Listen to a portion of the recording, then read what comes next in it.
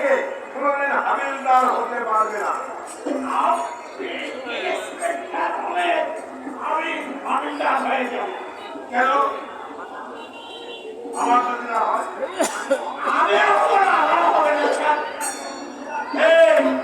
তোমার সঙ্গে আমার এত বিজয় আত্মীয় যে আমার প্রমোশন হলো তোমারও প্রমোশন হবে। তো হয় স্যার, কিরকম? সালাম হলে ভক্তি মন্দিরে হয় আবার আমি তোমাকে গুলি করে মারবো। পুলিশের গুলিতে আমি সরে যাবো স্যার। ওই 7:30 শাড়ি ছেড়ে ফান করবে।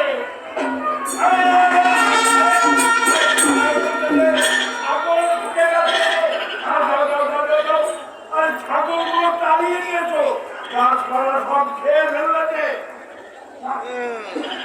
ঠিক আছে বলছেন তখন আমি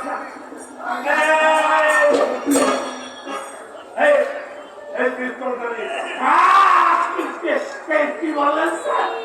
ছাগল তারাতে পিস্তল তাহলে যে টাকা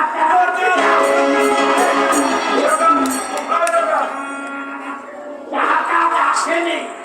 যদি টাকা আসে তাহলে কি দিয়ে দাঁড়াবেন স্যার? ও টাকা আসেনি, যখন আসবে তখন দেখা যাবে। আমি থাকতে টাকার সহজে আসবে না।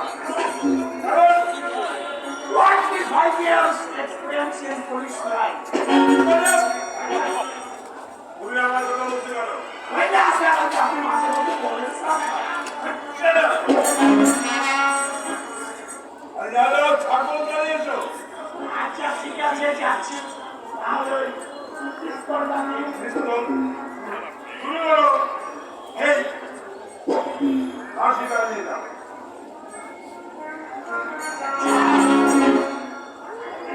আমি কি ওই ছাগলটাকে একেবারে মেরে ফেলবো না? ওকে তুমি আশা মারা পর্যন্ত ফেরাতে পারো, যাতে তোমাকে আরেকটু শিক্ষা হয়। স্যার স্যার আচ্ছা দুটা যদি ছাগল হয় পাঠা হয় স্যার। ছাগল না হয়ে যদি পাঠা ছাগল না হয়ে যদি পাঠায়, তাহলে তো ওটা গায়ে হাতি দেওয়া যাবে না। কেন স্যার কেন? তোমার মাথায় কোনো বুদ্ধি নেই। কার পাঠা, কিসের পাঠা, মাতালির মানুষের পাঠা কিনা, ওটার তোমার পেট ভিত্তি না দিলে ওটার গায়ে হাত দেওয়া যাবে না। বলেন এই বলেন কি স্যার? ওই ছাগলের আমার বাড়িতে My 25 years experience খান দিল্লি থেকে হিন্দু হয়ে এই কলকি খানায় এসেছি। আমাকে কোনো ব্যাপারে ডিসিশন নিতে হলে ওর প্রমাণকে সৃষ্টি দিয়ে নিতে হবে। তাই তো আমিও তোমার সঙ্গে